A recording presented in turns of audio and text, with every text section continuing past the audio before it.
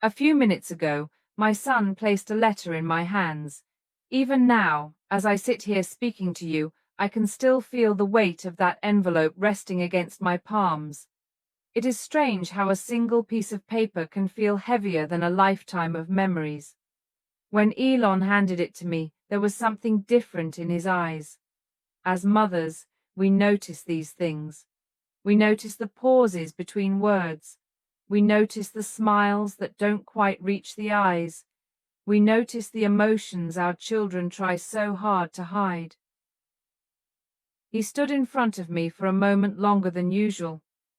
Then he said something that immediately unsettled my heart.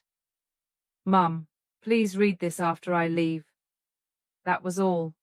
No explanation, no smile, no attempt to reassure me, just those few words. Then he turned and walked away. I watched him leave the room, and for reasons I couldn't explain, I didn't open the letter immediately. Instead, I sat there staring at it. The afternoon sunlight was coming through the window. Everything around me looked completely normal. Yet inside me, something felt different. Have you ever experienced that feeling? That moment when your heart quietly warns you that something important is about to happen.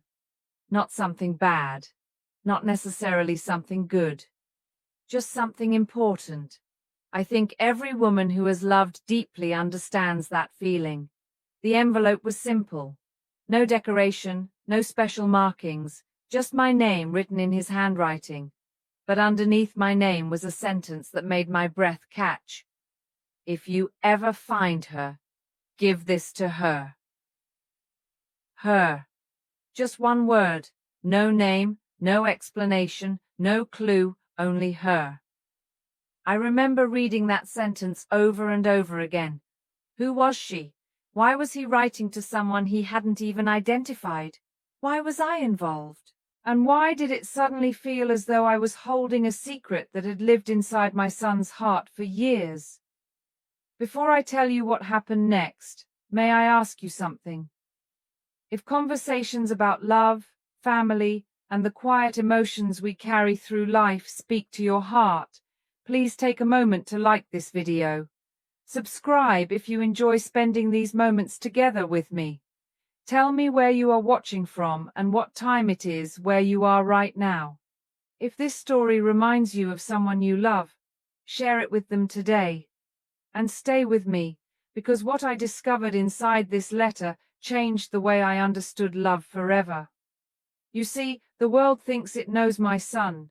People see headlines, they see interviews, they see success, they see ambition, they see a man constantly moving toward the future. But very few people ever stop to ask a simple question. What happens when the cameras disappear? What happens when the meetings end? What happens when the world stops talking? Who is the man sitting alone with his thoughts? As a mother, I have spent years watching people form opinions about my son. Some admire him, some criticize him, some think they understand him completely. But mothers see things nobody else sees. We see the moments before success. We see the moments after disappointment. We see the loneliness hidden behind achievement. We see the dreams that never become public. And most importantly, we see the parts of our children they try to protect from the world. One thing I have always known about Elon is that beneath everything people say about him, beneath every accomplishment and every challenge, he has always wanted something surprisingly simple. Love. Real love. Not admiration, not attention, not popularity, not someone who loves the image. Love. The kind of love that remains when everything else disappears. The kind of love that sits beside you during silence. The kind of love that understands your fears before you speak them aloud. The kind of love that sees your flaws and stays anyway. Tell me honestly, do you believe that kind of love still exists? Or do you think the world has become too distracted for something that deep? I often wonder about that, especially when I think about women over 50, women who have loved, women who have sacrificed, women who have experienced heartbreak, women who have learned that genuine love is much rarer than people imagine. If you are one of those women, then perhaps you already understand why this letter affected me so deeply. Because the moment I unfolded it, I realized I wasn't reading words. I was reading pieces of my son's heart. The first line was simple, painfully simple. To the woman who finally understands me. I stopped reading. I actually stopped. My eyes filled with tears before I even reached the next sentence. Not because the words were dramatic, not because they were poetic, but because they were honest. And honest words are often the most powerful. How many people spend their lives wanting to be understood, not admired, not praised, not envied, simply understood? How many women watching right now secretly wish someone would look into their heart and say, "I understand you"? I think the answer is more than most people realize. As I continued reading, I found myself traveling backward through time. I remembered Elon as a little boy. I remembered the questions he used to ask, the books he used to carry everywhere, the way he could disappear into thought for hours. Even then, there was a loneliness inside him, not because he lacked people around him, but because he experienced the world differently. Some people are born with minds that never stop moving. Their thoughts race ahead. Their dreams stretch beyond the horizon. Yet those same people often struggle to find someone willing to walk beside them. Perhaps you know someone like that. Perhaps you are someone like that. Have you ever felt alone in a crowded room? Have you ever smiled while carrying sadness nobody noticed? Have you ever wanted someone to ask how you were feeling instead of what you were doing? These questions kept echoing through my mind as I read. The letter continued. It wasn't a love letter in the traditional sense. There were no dramatic declarations, no grand promises, no fairy tale fantasies.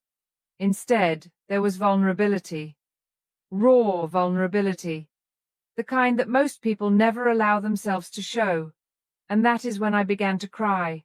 Not quietly, not elegantly. I cried the way mothers cry when they suddenly realize their children have been carrying burdens alone. Because hidden between every sentence was a longing so human that it broke my heart. A longing to come home to someone. A longing to share ordinary moments. A longing to be fully seen. The world often assumes extraordinary people want extraordinary things. But sometimes extraordinary people want the same things everyone else wants. Someone waiting for them at the end of a difficult day. Someone who remembers small details. Someone who notices when they are tired. Someone who says, "You don't have to carry everything by yourself." Do you know what I find fascinating about love? The older I become, the less impressed I am by perfection. When I was younger, I thought successful relationships depended on compatibility, timing, attraction, and shared interests. Those things matter. Of course they matter. But they are not the foundation. The foundation is kindness. The foundation is patience. The foundation is choosing each other again and again, especially during difficult seasons. Would you agree? Or have your own experiences taught you something different? As the afternoon slowly turned toward evening, I continued reading. Each page revealed another layer, not of success, not of achievement, but of humanity. And for the first time in a very long time, I found myself wondering whether somewhere in this world there truly was a woman capable of understanding every part of him. Not the public version, not the famous version, the real version, the tired version, the hopeful version, the uncertain version, the version only a few people ever get to see. And as that thought settled into my heart, I turned the page. What I found written there made me put the letter down entirely, because suddenly it wasn't just about my son anymore. It was about a woman he had spent years imagining, a woman he believed might still exist. and the very first sentence describing her left me staring at the page in complete silence. I sat there for several minutes, unable to continue. The room was completely silent, yet my thoughts felt louder than they had in years. I kept staring at the page as if the words might somehow change if I looked away long enough, but they didn't. They remained exactly where they were, written in my son's unmistakable handwriting. The sentence was simple. I don't need a perfect woman.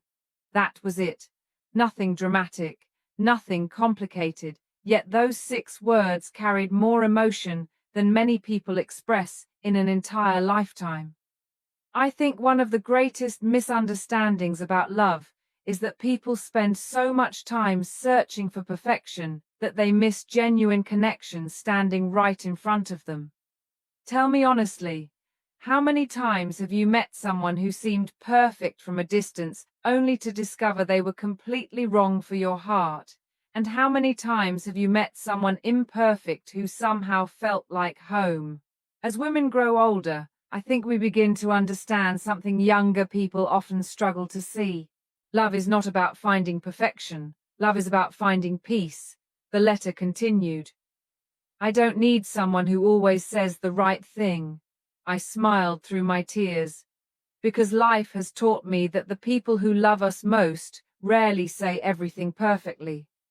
Real love is often awkward, sometimes messy, sometimes misunderstood, sometimes clumsy, but it is honest, and honesty is worth more than perfection. I thought about my own life. I thought about all the years behind me, the difficult seasons, the unexpected turns, the moments when everything seemed uncertain. No relationship survives because 2 people are flawless. Relationships survive because 2 people decide they are worth fighting for. The older I become, the more convinced I am that kindness matters more than charm, patience matters more than beauty, character matters more than image, and consistency matters more than promises. Do you agree with that? Or has life taught you something different? I continued reading. The pages felt heavier with every paragraph, not because they were sad, but because they were so deeply human. Then I reached another passage that immediately made me stop. I hope she isn't afraid of growing older. I remember blinking several times, then reading the sentence again and again, because there was something beautiful hidden inside those words. Our world spends so much time celebrating youth that it often forgets the beauty of maturity. Yet, some of the most beautiful women I have ever met are women whose faces tell stories. Women whose hearts have survived disappointment. Women who have learned forgiveness. Women who carry wisdom earned through experience. There is a quiet elegance that only time can create, and I think many people underestimate that, especially men. But my son wasn't writing about appearances. He was writing about life, about companionship, about building something lasting. He continued, I hope she understands that wrinkles are not something to hide.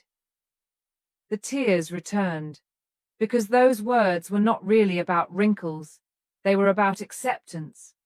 How many women spend years worrying about growing older? How many women look in the mirror and focus only on what has changed? How many women forget to see the strength they have gained? The courage, the wisdom, the resilience, the depth. I wish every woman watching could see herself through the eyes of someone who truly values her. Not for her age, not for her appearance, not for what she owns, but for who she is. Do you know how rare that kind of love is? The kind that sees beyond the surface, the kind that notices the soul. That is the kind of love described in this letter. As the evening grew darker outside, I turned another page. What happened next caught me completely by surprise, because suddenly the letter stopped talking about the woman and started talking about fear. Not her fear, his. I am afraid she won't believe me. I froze. My heart broke. Because every mother recognizes vulnerability when she sees it, especially in her child. No matter how old they become, no matter how successful they become, no matter how strong they appear, there are still moments when they are simply human. And in that moment, my son wasn't a public figure. He wasn't a businessman. He wasn't a visionary. He was simply a man afraid of being misunderstood, a man afraid that someone might doubt his sincerity, a man afraid that his heart might be dismissed before it was fully known. Have you ever felt that fear? Have you ever cared about someone deeply and worried they would never truly understand your intentions? It is a painful feeling, because sometimes we spend years building walls to protect ourselves. Then one day, we meet someone who makes us want to lower those walls, and suddenly we become vulnerable. Suddenly we risk rejection. Suddenly we risk disappointment. And that can be terrifying. I kept reading. Every page seemed to reveal another hidden layer, another truth, another emotion rarely shown to the world. Then I reached a paragraph that made me cry harder than anything before it. If she ever comes into my life, I hope she knows she never has to compete with anyone. I covered my mouth. I couldn't help it. Because so many women spend their lives competing with expectations, competing with younger versions of themselves, competing with impossible standards, competing with other women, competing with images that aren't even real. And here was a man writing that the woman he hoped to love would never need to compete at all. Because real love isn't a competition. Real love isn't comparison. Real love isn't performance. Real love is safety. It is comfort. It is acceptance. It is choosing someone exactly as they are. When was the last time you felt completely accepted, not tolerated, not judged, not measured, accepted? Think about that for a moment, because acceptance is one of the greatest gifts human beings can offer each other. The letter continued for several more pages. By then it was fully dark outside.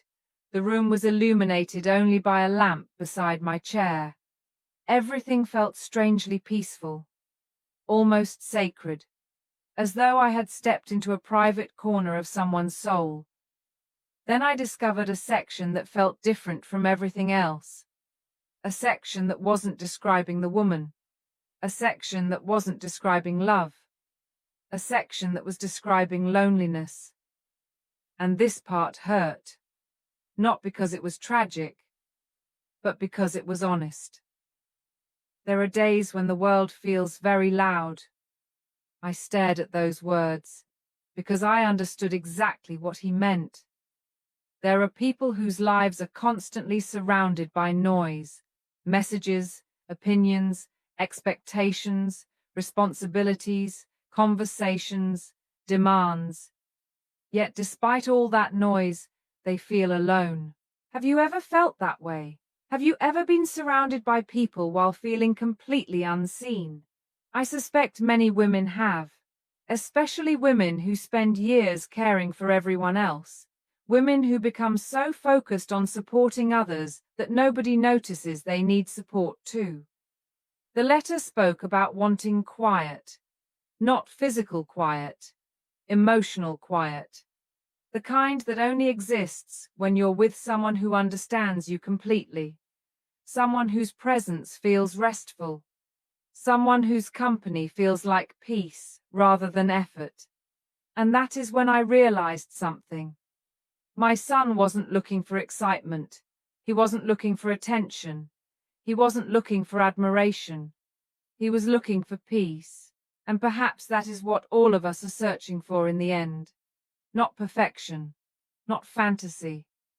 Peace. Someone whose presence allows us to relax. Someone who feels like home. Someone who makes life softer. As midnight approached, I reached what I thought would be the end of the letter. But instead, I found one final page folded separately from the others. The paper looked older, almost as if it had been written at a different time. The handwriting was slightly different too, more emotional, less controlled. My hands began trembling again, because instinctively I knew this page mattered. I knew something important was waiting for me. Slowly, I unfolded it. At the top was a sentence unlike anything else I had read, a sentence that instantly filled my eyes with tears. It wasn't addressed to me. It wasn't even addressed to the woman. It was addressed to love itself. And what my son wrote in the lines that followed would change everything I thought I understood about the secret he had been carrying all these years. As I lowered my eyes and began reading that final page, I realized I was about to discover the one truth he had never shared with anyone before. My hands were trembling, not violently, not dramatically, just enough for me to notice. Just enough for me to realize that whatever was written on this final page carried a different weight than everything that had come before. The room around me seemed to disappear. The ticking clock on the wall faded into the background. The evening silence grew deeper. And there I was, sitting alone with a letter that felt less like paper and more like a window into my son's soul. At the top of the page, written carefully, almost as though every word had been chosen after long reflection, was a sentence I will never forget. Dear love. Not dear woman, not dear future wife, not dear soulmate, simply, dear love. The moment I read those words, I felt tears gathering again, because suddenly I understood something. This letter was never only about a person, it was about hope. And hope is one of the most fragile things a human being can carry, especially after disappointment, especially after heartbreak, especially after life teaches you that love is not always simple. I continued reading. Dear love, if you still exist, I hope you find us before we stop believing. I closed my eyes, not because the words were complicated, but because they were painfully honest. How many people spend years pretending they no longer care about love? How many people convince themselves they are happier alone because hope feels too dangerous? How many people tell the world they are fine while secretly wishing someone would walk into their lives and change everything? I think more people feel that way than we realize, especially those who have experienced loss, especially those who have trusted the wrong people, especially those who have given their hearts away before. As we grow older, we become more careful, we learn, we protect ourselves, we become wiser, but sometimes wisdom comes with walls, and walls, even when built for protection, can become prisons. The letter continued. I hope she never feels she must earn love. That sentence broke me. Absolutely broke me. Because so many women spend their lives trying to earn what should be given freely. Trying to be enough. Trying to be prettier. Trying to be younger. Trying to be stronger. Trying to be everything for everyone. And somewhere along the way, they begin believing that love is a reward for perfection. But real love does not work that way. Real love is not a prize. Real love is not a transaction. Real love does not say, become someone else, and then I will choose you. Real love says, I see who you are, and I choose you anyway. Can I ask you something? When was the last time someone made you feel completely safe? Not impressed, not admired, safe. Because safety is one of the purest forms of love. It is the ability to exhale, the ability to stop pretending, the ability to remove the mask you've worn for years, the ability to be imperfect without fear. As I continued reading, the letter became even more personal. The words felt softer, more vulnerable, almost as though he had forgotten anyone else might one day read them. I hope she laughs loudly. I smiled through tears. Such a simple sentence, yet it revealed so much, not because of the laughter itself, but because genuine laughter is impossible to fake for long.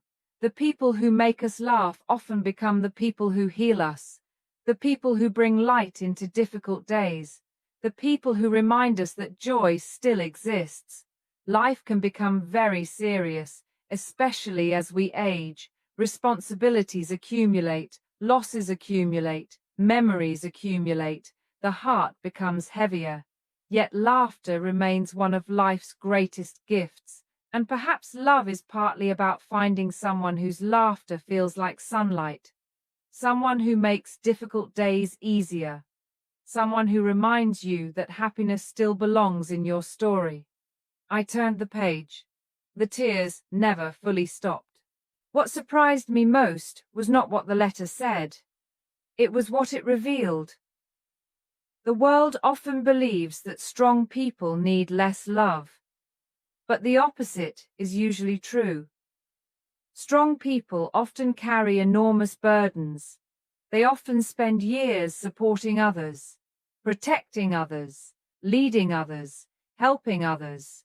And because of that, they sometimes receive less care than they need. Have you noticed that?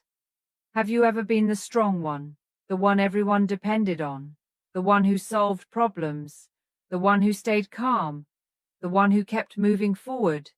If so, then you know something important. Even strong people need somewhere soft to land. Even strong people need understanding. Even strong people need affection.